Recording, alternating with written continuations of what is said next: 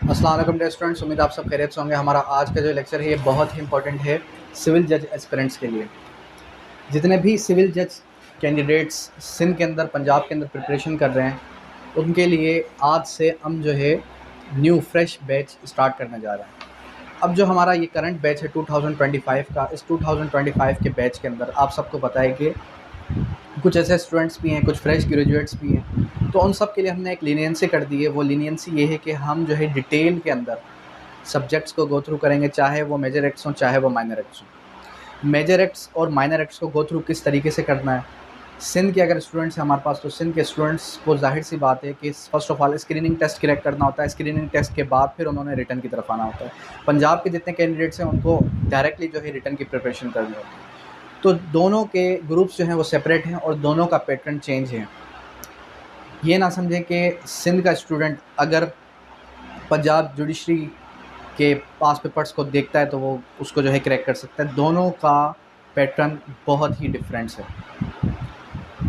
अब अगर हम सिंध की बात करें तो सिंध के अंदर आप सबको पता है कि स्क्रीनिंग टेस्ट में 50% क्या है, 50% लॉ है, 25% जनरल नॉलेज करंट अफेयर्स है, पाकिस्तान अफेयर्स है, और 25% 20 to 25% आपकी इंग्लिश है।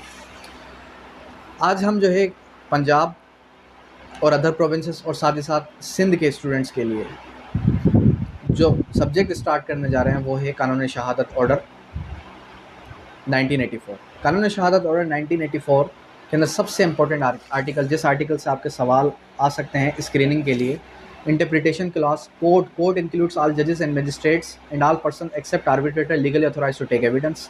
फिर document means any matter express describe substance on by means of letters, figures और मार्क, यानी कि कोई भी तहरीरी चीज़, किसी पर कोई बात लिखिए, कोई चीज़ लिखिए, वो क्या है, वो आपका डॉक्यूमेंट है।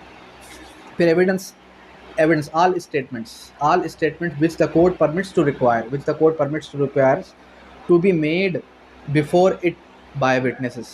इसको हम क्या कहेंगे, इसको हम oral evidence कहेंगे। डॉक्यूमेंट्री एविडेंस के लिए all documents produced for the inspection of court, such documents are called documentary evidence। फिर आ जाता है कि फैक्ट क्या है। अच्छा, एक और भी सवाल है कि सर मार्जिनल विटनेसेस क्या होते हैं। मार्जिनल विटनेसेस क्या होते हैं? मार्जिनल विटनेसेस के लिए आपने वर्ड याद रखना है कि वो विटनेसेस गवाह हाशिया, वो विटनेसेस जो कि किसी भी डॉक्यूमेंट पर हो। बिल्कुल हमारे पास एक जो है स्टाम्प पेपर है। अब ये हमारे पास क्या है, ये एक स्टाम्प पेपर आ जाता है जो कि दो पार्टीज़ के म्यूचुअली एग्रीमेंट होता है, दो पार्टीज़ के दरमियान। तो इस डॉक्यूमेंट के बैक साइड पे जो हमारे पास गवाह नंबर 1, गवाह नंबर 2 होते हैं, वो क्या होते हैं, वो आपके मार्जिनल विटनेसेस होते हैं। खैर, फर्दर फिर क्या आ जाता है, फर्दर फिर आ जाता है आपके पास next fact, any mental condition by which person is conscious. इसका क्या मतलब है? Anything which is perceived by the senses may be called fact. कोई भी ऐसी चीज़ जो कि हम सेंसेस के ज़रिए से एक्सेप्ट कर सकें, कोई भी ऐसी चीज़ जो कि हम क्या कर सकें, सेंसेस के ज़रिए से एक्सेप्ट कर सकें, उसको हम क्या कहेंगे, उसको हम कहेंगे फैक्ट।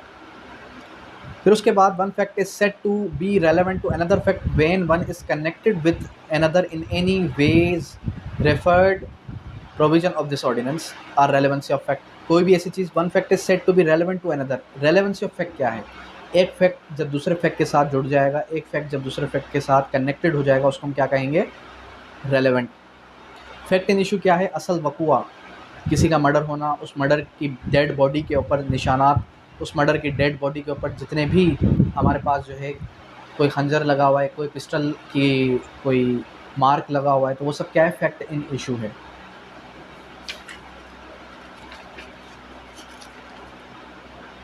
केस लॉज का अक्सर स्टूडेंट्स पूछते हैं कि सर केस लॉज हमें रेफ़र करने चाहिए या नहीं करने चाहिए। पंजाब जुडिशरी के लिए, पंजाब जुडिशरी वाले स्टूडेंट्स याद रखें कि केस लॉज को मेंशन करना बहुत ही नेसेसरी, कंपलसरी है। सिंध जुडिशरी वाले क्या करें, चाहे आपका पेपर रिटर्न हो, चाहे आपका स्क्रीनिंग हो, केस लॉज को मेंशन करने की हरगिज़ ज़रूरत नहीं है आपको। क्योंकि देखिए सिंध के जितने भी स्टूडेंट्स हैं वो सब यही समझते हैं कि हमें केस लॉज को याद करना चाहिए। केस लॉज को याद करने की ज़रूरत नहीं है। सिंध जुडिशरी का पैटर्न बिल्कुल अलग है। सिंध जुडिशरी के अंदर स्क्रीनिंग में से अगर आपके जो है कोई क्वेश्चंस आ जाते हैं कानून शहादत ऑर्डर में से 3 से 4 सवाल आ सकते हैं, ठीक है, पूरे एक्ट में से। उसके बाद अगर आप बात करते हैं कि इसकी इस रिटर्न की, कि रिटर्न में से कोई सवाल आ गया, तो रिटर्न में से जितना उसने पूछा है आपने सिंपली उतना ही जवाब देना है, ज़्यादा डिटेल में नहीं जाना है। फिर आ जाए किसकी तरफ, आर्टिकल 3 की तरफ। आर्टिकल 3 हु मे टेस्टिफाई या रेलेवेंसी ऑफ फैक्ट या who may testify, all persons shall be competent to testify, सारे के सारे लोग क्या है, कॉम्पिटेंट टू टेस्टिफाई हैं, unless the court considers that they are prevented from understanding the questions put to them, further put to them, उसके बाद और from giving the rational answers, court ये समझती है कि इस सवाल को सही समझ सकता है, इसका दुरुस्त जवाब दे सकता है, तो वो क्या है, वो आपका गवाही देने के लिए काबिल है।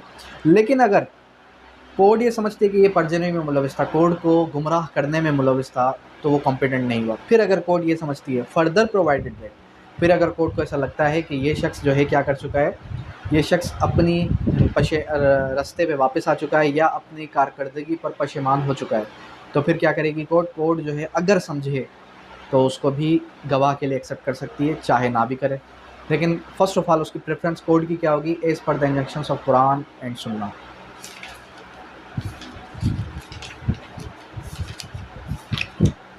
उसके बाद आर्टिकल नंबर 4 क्या कहता है, जजेस एंड मजिस्ट्रेट्स। अब आर्टिकल 4 से लेकर 14 तक आ जाता है privilege communication, protected communication.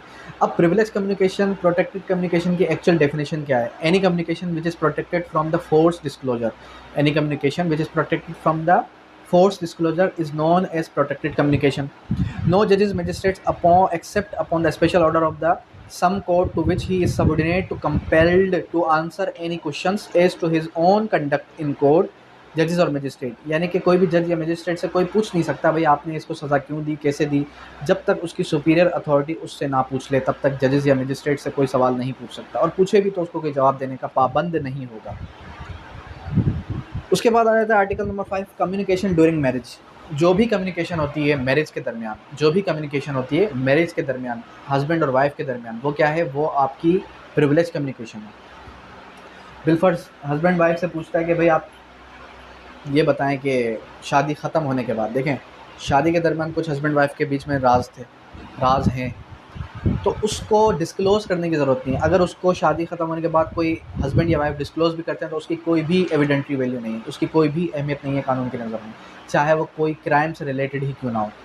No person who is और has been married shall be compelled to disclose any communication made to him during marriage क्या ड्यूरिंग मैरिज आ गया, to any person to whom he is or has been married, nor shall he be permitted, मतलब कि उसको इजाज़त नहीं होगी to disclose any such communication unless the person who made it, ठीक है, और his representative in interest। तो फिर ये बात यहाँ पर ख़त्म हो गई। That means कि वही बात है जो मैं आपको दोबारा से रिपीट कर रहा हूँ। Evidence as to affairs of state, इसका क्या मतलब है, अच्छा आर्टिकल 5 की एक्सेप्शन, आर्टिकल 5 की एक्सेप्शन क्या है, आर्टिकल 5 की एक्सेप्शन सिंपली ये है कि अगर कोई शख्स क्या है, अगर कोई शख्स ऐसा है कि बिलफर्ज वो ये कहता है कि भाई जो है हम दोनों के बीच में तो कम्युनिकेशन है लेकिन हम दोनों ने एक दूसरे के ख़िलाफ़ ही सिविल सूट फाइल करना है, तब वो एक दूसरे के ख़िलाफ़ गवाही दे सकते हैं। अगर कोई फैमिली मैटर है, फैमिली डिस्प्यूट है, तब भी वो एक दूसरे के ख़िलाफ़ गवाही दे सकते हैं। No one shall be permitted to give any evidence deprived from unpublished official record। जो अनपब्लिश ऑफिशियल रिकॉर्ड है उससे सुपरसीड जाकर कोई भी शख्स अफेयर्स ऑफ द स्टेट में क्या नहीं दे सकता, गवाही नहीं दे सकता।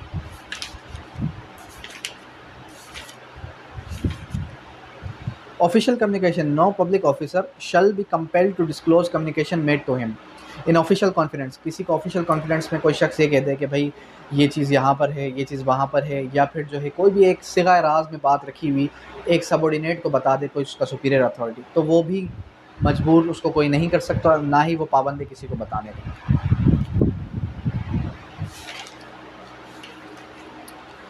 फिर आ जाता है हमारे पास इस आर्टिकल के अंदर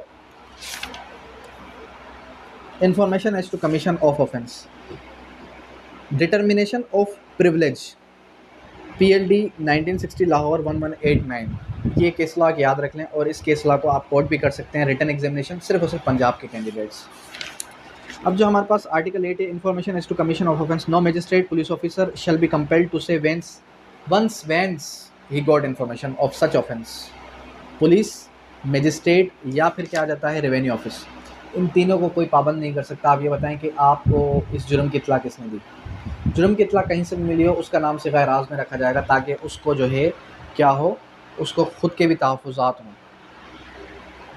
फिर उसके बाद आ जाता है हमारे पास आर्टिकल 9 प्रोफेशनल कम्युनिकेशन। सिर्फ और सिर्फ एडवोकेट पर अप्लाई है। No advocate shall at any time be permitted. किसी एडवोकेट को इजाज़त नहीं है कि वो किसी क्लाइंट के खिलाफ गवाही दे, उसके क्लाइंट ने अगर उसको कोई बात बताए उसकी गवाही दे, unless his clients express consent. Unless, देखें हर आर्टिकल की जो एक्सेप्शन है वो एक्सेप्शन उस आर्टिकल के अंदर ही मौजूद है, उस आर्टिकल से बाहर नहीं है। आर्टिकल 4 से लेकर 14 तक क्या है, प्रिविलेज कम्युनिकेशन। तो प्रिविलेज कम्युनिकेशन अगर आप देखेंगे तो वो उस आर्टिकल के अंदर ही होगी, उस आर्टिकल से बाहर नहीं जा रही होगी।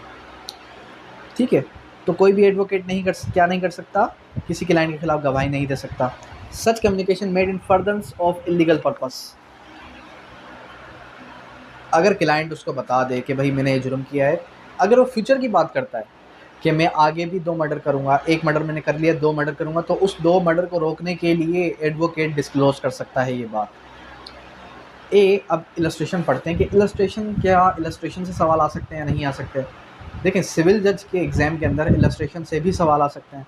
अगर आप रिटन एग्जामिनेशन लिख रहे हैं तो डिटेल के अंदर अगर 15-20 नंबर का आंसर है तो ज़ाहिर सी बात है आपने इलस्ट्रेशन भी लिखनी है हूबहू जो आप पढ़ के आ चुके हैं। A client says to B an advocate, I wish to obtain possession of property by use of force deed and I request you to सू।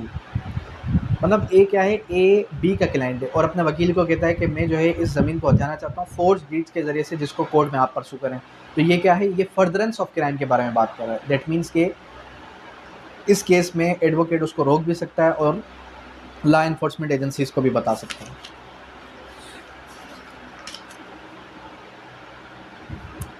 फिर उसके बाद आर्टिकल 10, आर्टिकल 11, आर्टिकल 10 और 11 क्या बात करता है, वो फिर अपोजिट आ जाता है। आर्टिकल 12 क्या बात करता है, confidential communication with legal adviser. अब यहाँ पर क्या है, आर्टिकल 12 अपोजिट हो जाता है। आर्टिकल 12 अप्लाई होता है किस पर, नॉर्मल लेमेंस पर, क्लाइंट्स पर। आर्टिकल 9 किस पर एप्लीकेबल था, आर्टिकल 9 आपका एप्लीकेबल था किसके ऊपर, आर्टिकल 9 आपका एप्लीकेबल था एडवोकेट्स के ऊपर। दोनों उलट हैं एक दूसरे की, बात एक ही है, सेम ही बात है। ठीक है, उसके बाद article 13 production of title deed of witnesses not a party. जो टाइटल डीड यानी कि जो विटनेस हैं, उन विटनेस से ये पूछा जा सकता है भाई आप ये बताएं कि आपने जो है मौका वारदात पर क्या देखा क्या नहीं देखा, ये सारी चीज़ें पूछी जा सकती हैं। लेकिन टाइटल डीड मंगवाने का तरीका गलत है। आप विटनेस से नहीं कह सकते भाई अपने घर के डॉक्यूमेंट्स दिखाओ, आप वहाँ पर मौजूद थे, आपको ऐसा एविडेंस दिखाओ कि आपकी वहीं पर रिहाइश है, तो ऐसी कोई बात उनसे नहीं की जा सकती। अंडरस्टैंड। तो ये सारी चीज़ें आपने याद रखनी है। आर्टिकल 1 से लेकर आर्टिकल 13 तक अभी हमने डिस्कस किया और फर्दर हम जो है आर्टिकल 14 से लेकर आर्टिकल 40 तक, आर्टिकल 14 टू 40 तक इंशाल्लाह कल हम डिस्कस करेंगे। और इसी तरीके से हमारी क्लास जो है गो थ्रू करती रहेगी। डेली बेसिस पे हम क्या कर रहे होंगे, 20 टू 30 आर्टिकल्स भी डिस्कस करेंगे। जिस दिन हम जो पढ़ रहे हैं उसके अगले दिन आपका उसका टेस्ट है। आपने ये नहीं समझना कि आज हमने 10 आर्टिकल पढ़े, 20 आर्टिकल पढ़े तो कल हम जो है 10 आर्टिकल्स का टेस्ट देंगे। जितने भी ऑनलाइन सेशन के जितने भी कैंडिडेट्स, जितने भी स्टूडेंट्स ग्रुप के अंदर ऐड हैं, उन सबको मैं बता जा रहा हूँ कि आपने कोशिश करनी है कि एटलीस्ट 2 बार पढ़ के फिर मेरी क्लास अटेंड करें। आज तो वेरी सिंपल टॉपिक था, कल हम इंशाल्लाह कोशिश करेंगे कि बिल्कुल डीप में जाकर इसके जितने भी एस्पेक्ट्स हैं वो सारे के सारे क्लियर करें। अब यहाँ तक कोई क्यूरी, कोई भी क्वेश्चन हो तो आप कर सकते हैं। Thank you, that's all.